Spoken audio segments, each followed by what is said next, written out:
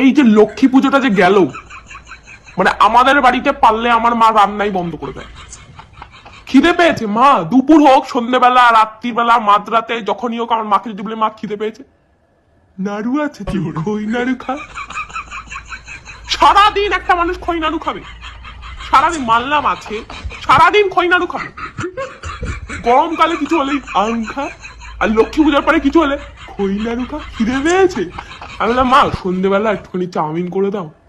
Chowmein করবো কেন, খই নাড়ু গুলো খেতে পারছিস না, মোয়া রয়েছে। একটা মানুষ কত খই নাড়ু খেতে পারে? মানে খই নাড়ু খেতে খেতে খেতে খেতে আমি নাড়ু হয়ে যাচ্ছি। এত খই নাড়ু, সেই লক্ষ্মী পুজো কবে গেছে, এখনো আমাদের বাড়িতে পরে এত বানানোর কি দরকার? অল্প করে বানাতে পারো না? অল্প করে বানাতে পারো না? যত খই নাড়ু সব আমাকেই খাওয়াবে, এক গাদা বানাবে আর আমাকে 1 মাস 2 মাস ধরে খাওয়াবে। আর না বললেই বলবে আগেকার যুগের বাচ্চারা জানিস প্লাস্টিক নিয়ে এই বাড়ি ওই বাড়ি। আর তখনকার দিনে বিরিয়ানি ফিরে নিচ্ছিল নাকি? তখনকার বাচ্চারা তো এগুলোই খাবে, এগুলোই তো খাবে। ওরা ওরা জানতো কি তখন কি খেতে হয়। ফ্রাইড রাইস চিলি চিকেন ছিল তখন। আগেকার বাচ্চা সবসময় আগেকার বাচ্চা। তো আগে তুমি জন্ম দিতা, এখন দাও কি দরকার ছিল? আর প্রত্যেকবার এইসব ঝামেলা হওয়ার সময় কোন একটা কাকিমা বা ঠাকুমা আমাদের বাড়ি চলে আসে।